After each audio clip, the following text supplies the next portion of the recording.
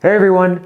Today we're diving into shoulder dislocations, the dreaded shoulder dislocations, all too common in snowboarding and outside of snowboarding, what they are, who they affect, how long you can expect to take to heal, and I also provide a phase-by-phase program at the end with exercises that you can follow along.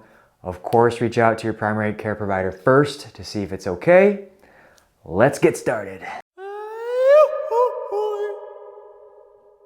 So before we get started, my name is Mark. I'm a doctor of physical therapy, along with my wife, Sarah, who is a yoga instructor, personal trainer, health teacher, massage therapist, etc., etc. We combined our skills to create Mobility Duo. And we do this to help snowboarders and weekend warriors on and off the mountain. I have been lucky in my life not to have sustained a shoulder dislocation. Cross my fingers. I have worked with many patients who have.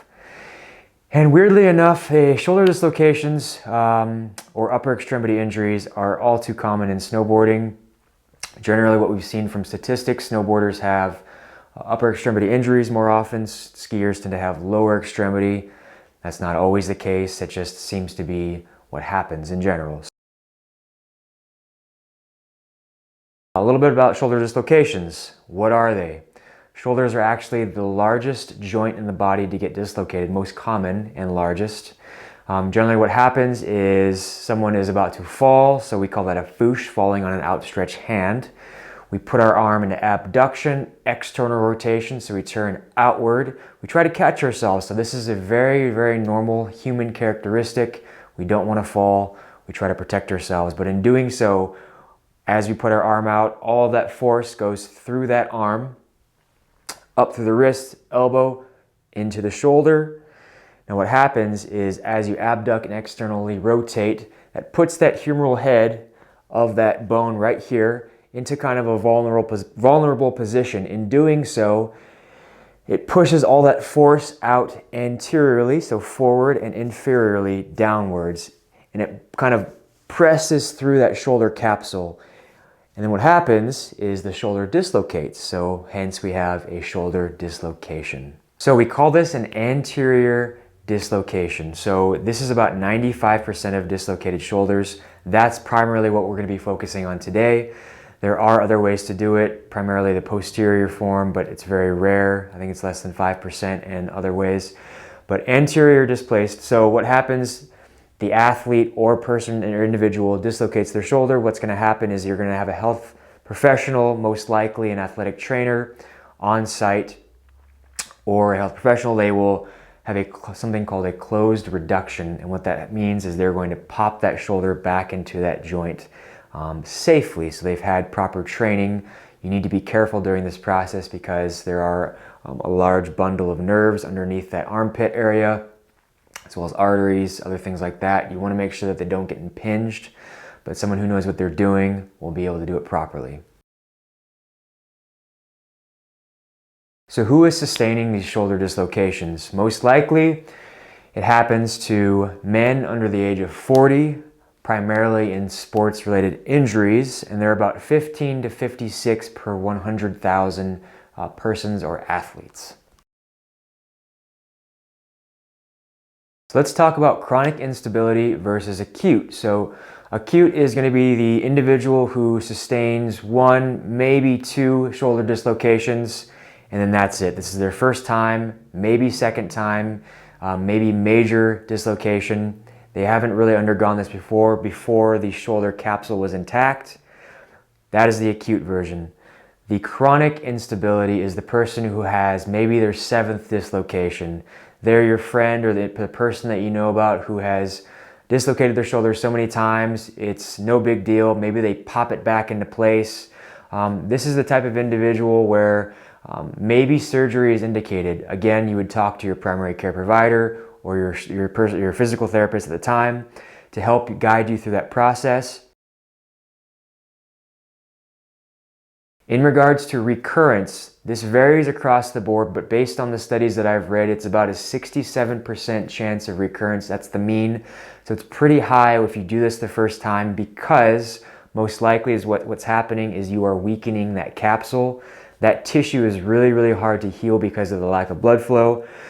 So once that tissue is weakened, it's really hard to get strengthened back to its original form. And I should mention that this 67% reoccurrence rate is mostly in the ages of 21 to 30 because individuals, mostly men at that age, are extremely active. They're doing crazy stuff, you know, whether that's contact sports, adventure sports, whatever you name it. So once you get to the 30s, 40s, in that age group, that reoccurrence drops down to about 20% or less. Again, that goes back to the type and form of activities that these men and women are doing. What are some other injuries that often occur with shoulder dislocations? One of the most common ones is called a Bankart lesion, and what that means is the labrum inside, or the soft tissue that kind of creates that suction and compression of that humeral head inside of that joint, gets torn. Okay, so once that gets torn, that lessens the strength of that shoulder as well as the tendon, the glenohumeral inferior tendon underneath, because it's tearing through that pouch. The other major injury that may or may not occur with a shoulder dislocation is called a Hill-Sachs lesion. Essentially, you have the humeral head with soft tissue. Once it gets dislocated, all of that force gets pushed through. It makes contact with the socket. Once it does that, sometimes it will chip a piece of that bone off, and we call that a Hill-Sachs lesion. The thing we want to worry about is if it's in that normal range of motion or that track, that can affect your range of motion and other things as well. If any of these lesions are detected, there's 11 times more chance that both of them are there. So one of the things that we focus on in physical therapy is neuromuscular control. Now, what exactly is that? Essentially, it's your body's ability to detect kind of where your joint is and your arm is in space and controlling that end range. So it's your body's ability, as well as your muscles, tendons, ligaments, etc., to say, hey, that's a little too far for my humeral head. I think I want to stop right there. So what happens is, often in these injuries, these dislocations, is that is affected, so it'll be dampened to a sense. So now, if I were to go into abduction, if I get to a point where maybe my humeral head isn't as secure as it normally would be, or my body would be able to tell me, that sensation's gone. So what we want to do, not gone, but dampened, what we want to do in that rehab process is to gain that back. So we'll be showing you a couple of these exercises to kind of test the body, retrain it, allow its ability to detect where that arm is in space, where it is in motion. So we get asked all the time, hey, should I get surgery? Should I look into it, etc.? So we always say, do not take surgery lightly. A lot of people think that I'll have surgery, bang, bang, bong, I'll jump right back into it. Maybe, but surgery poses its own risks. So you need to talk to multiple healthcare providers to get second opinions. You also need to look at the severity of what you're currently going through. Is this your first or is this your 7th dislocation? Someone who has chronic instability, they're probably leaning more towards that end versus someone who has their first. Based on the studies that I've read, there's been moderate evidence to show positive results for labral repairs and reoccurrence. It's not perfect by any means, and you could probably get similar results with consistent PT. Okay? The other factors involved are age, severity, activity levels pre and after, nutrition, stress, etc. So think about it, do not take it lightly, and get multiple opinions. So phase 1. This is going to last between 1 and 6 weeks. Again, this does not have to max out at 6 weeks. If you're good, if your PT or doctor says, hey, you're good to go at 2 weeks, fantastic. But this phase, you are primarily going to be probably in a sling, either in slight external or internal rotation based on whatever the doctor has read or their preference, okay? This is all about pain and inflammation control. So whatever you can do to do so. One of the exercises that you can do simply is called a pendulum, and then you might have available slight external or flexion ability for that range of motion. And lastly, you can move that elbow, you can move that wrist, you can exercise your other arm, your lower extremities, and your core. So you're not bound by being bedridden, you can still move. Okay, pendulums, very basic movement, usually post-surgery or after an acute injury. The key here is we really don't want to activate or overly activate our shoulder. We're letting gravity do the work, okay? So you can either use a counter, you can use a bench like so, or you can just do it standing. I'll show you on the bench here. So I'm gonna move it out. Let's pretend my right shoulder is affected.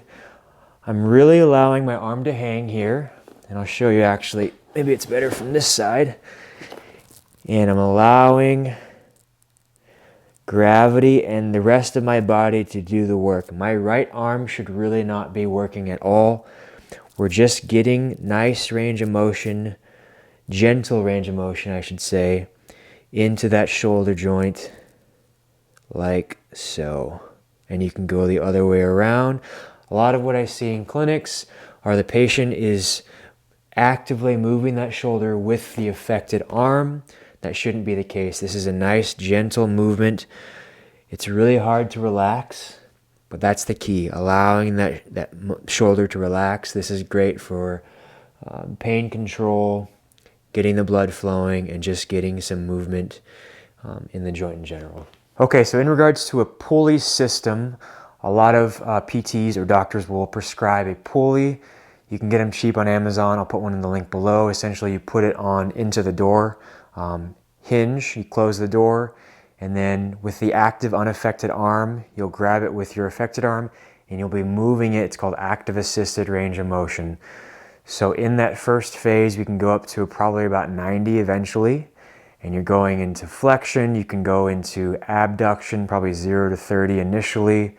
And those are the main movements with the pulley system. So your arm really shouldn't be doing a whole lot of work. You can add that in later on, but initially it's active assisted. So you're pulling that arm into those planes of motion. Okay, so you've been cleared for phase 2. Again, this is going to last between that 6 and 12 weeks. Again, it's not concrete. If you are in phase 2 by week 2, you could be in phase 3 by week 4. It's really patient to patient. So don't stick by this in a concrete manner. All right, so to move on to this phase, we want you to have a little bit better neuromuscular control. We want you to have that pain and inflammation under control, and a little bit of that ability and confidence to move in certain ranges of motion before you start jumping into some major strengthening exercises. Wall isometrics for the shoulder in 4 directions. We're going flexion, external rotation, internal rotation, and extension. Find a wall. This is my makeshift wall here.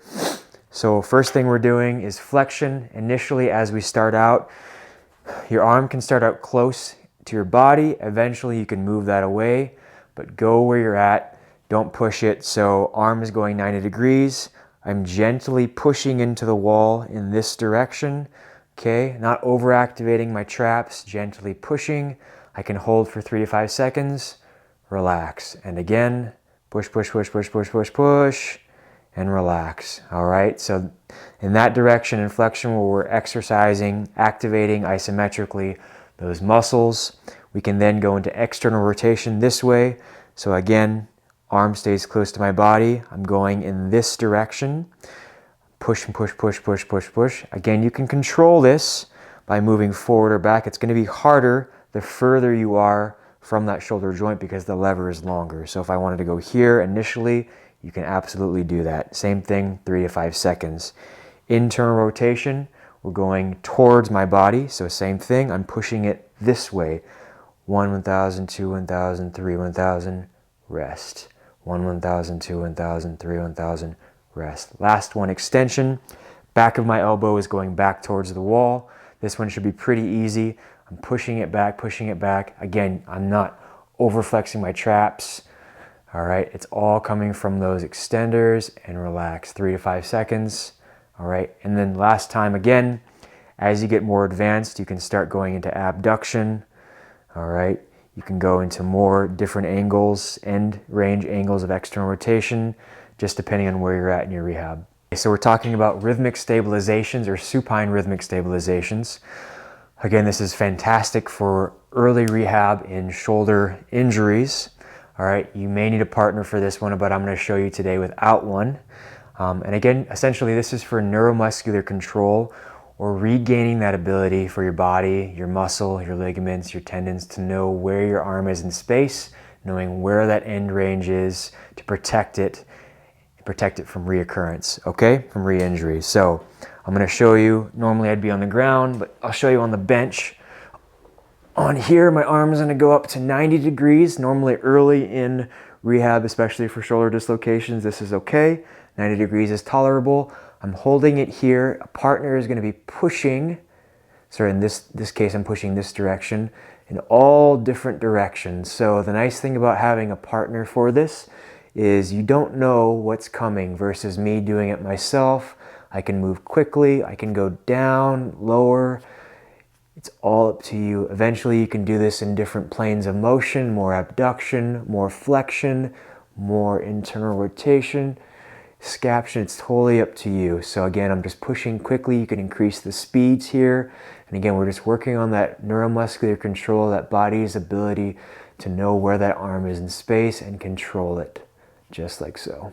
So we're doing prone retractions. We're really working on that scapulothoracic strength, especially with retraction, with that rhomboids and et cetera, et cetera. It's very gentle on the shoulder, but because that scapula is directly connected to the shoulder, it's really important that we regain that strength back. So with this one, I simply get on my stomach like so. This isn't long enough, but normally I'd be on something longer. I'm letting that shoulder, that affected shoulder hang, and essentially I'm bringing those shoulders back, squeezing those shoulder blades together, kind of pinching a pencil in between, letting it relax fully in protraction, retracting.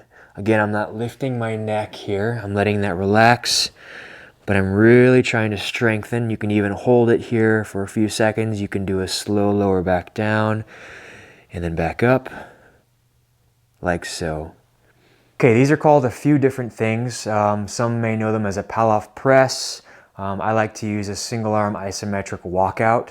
But essentially what it is I have a band here. This one's a little too thick, but we'll make do today.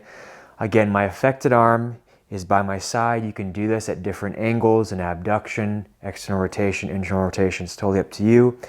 Today we're gonna show you with my arm close to my body. Here, I'm going to be walking out this way, so at no point should my arm be pulled back in. At no point should I be compensating with my shoulders turning away from it.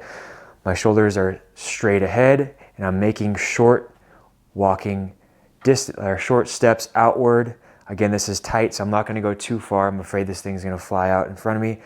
But I could even hold it at end range, and then same thing, controlled movement back. So you can take 3 to 5 steps there, 3 to 5 steps back at the same time. I can do the same thing, but now it's pulling me into external rotation, so my internal rotators are forcing me this way. So same thing, I take a couple small steps in, hold, a couple small steps back. All right. This is a great movement because you can progress it well. It's easy to do. The patient can do it with a couple of TheraBands. And you can make this really, really tough. So we're jumping into the incline table push-up. I'm gonna be using my bench today. It's a little bit shorter than I would normally start with. I'd want something about waist high because push-ups in general are a difficult exercise. It's a full body movement. So essentially we're working on those anterior delts, chest, core, et cetera, et cetera. So really simple. If I wanted to start in my knees, I could absolutely do that. So I'm coming here about shoulder width apart. I'm coming down, I can start with mini push-ups. So again, my elbows can either stay close to my body if I want to emphasize my triceps. My elbows can stay in their natural position as they flail out. I come down and I push back up, squeezing my chest together. All right, so a couple things. If this hurts your wrists, you can absolutely use a fist, like so. You can turn this into an eccentric movement, so slow down, 1, 2, 3, 4. 1, 2, 3, 4 if you want to make this a little bit harder. And then of course, you can also go on your feet, same thing, going down and then back up. Some of the things I don't want to see, butt in the air, bowed back, my arms too wide. That tends to be difficult, especially if you're recovering from a shoulder injury. And then also breathing. A lot of people tend to hold their breath. I wouldn't want to see that because that increases your blood pressure. And there's a whole set of things that can go wrong there. But yeah, great movement, easy to progress. Okay, phase 3. You've made it. You're almost there. Again, 12 to 18 weeks in general. You could be in here a lot sooner. To move on to this phase, we want minimal to no pain and tenderness. We want near full range of motion. Doesn't have to be complete, but you should be getting into those moderate full ranges. 3 to 4 out of 5 in your muscle testing. And in general, you should be able to jump into some more advanced movements, good neuromuscular control, good even capsular patterns in both shoulders. And you should really be almost not nearly back to normal, but those who aren't going back to a sport, it might appear that, yeah, you're nearly there. The other big emphasis in this phase is endurance. So we want to regain all of those muscles' ability to hold that shoulder in its place, to be able to do those movements for longer periods of time, especially emphasizing that neuromuscular control to hold that endurance. Okay, so now we're gonna work on using a band for a 90-degree abduction isometric, okay? So we're really trying to strengthen those abductors in our shoulder, especially if we're recovering from a post-injury. So again, here, standing in a nice athletic stance. I have the band here. This one's pretty thick, so I'll do my best here to show you. I'm coming up into 90 degrees of abduction. I'm going to be holding that, holding as long as you can. I might stay 5 seconds. Some people might stay 10, and then slowly lowering it back down. The thing you want to be careful with these elastic bands is it's going to want to pull you down. Your muscles are going to be engaged and all of a sudden they're going to turn off. So slow and controlled on the way back down. All right. I don't want to compensate by turning my hips and shoulders with it. If I can only go to say 75 degrees, that's all I'm going to go. I have a slight bend in my elbow because that helps me. Someone who wants to lock it out, you can. It's not going to make a huge difference. And then coming back down. Okay. You can turn this into a concentric movement. So you can do reps, or you can even do a slow eccentric lowering to make that even harder, okay?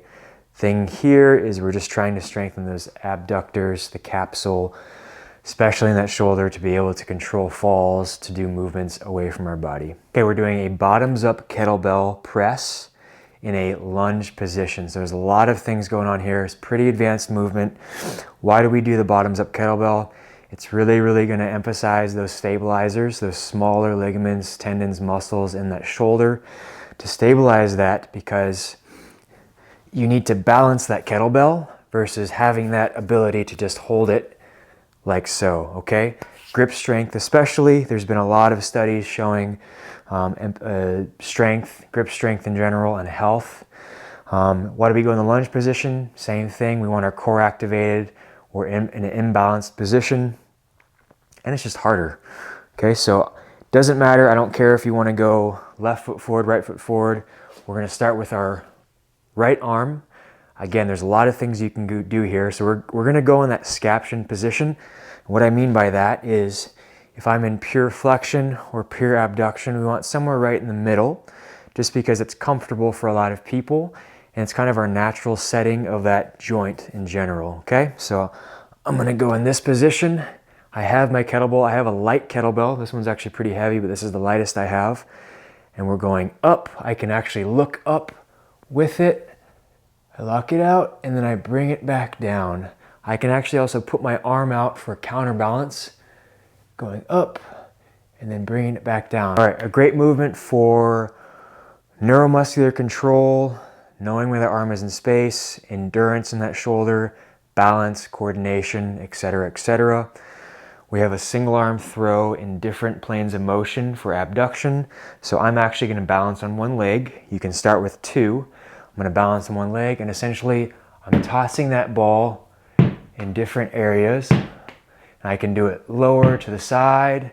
I can do it overhead. All right. So again, you can make this as difficult or as easy as you want. Fantastic exercise though, for all of those things that I mentioned. We have a single arm plank with protraction, retraction. Okay, so I'll start on my knees initially. Essentially what I'm doing is I'm getting into that plank position. My hand is down, and you can just practice. My shoulders are staying parallel to the ground, pushing that away and spreading my scapula out.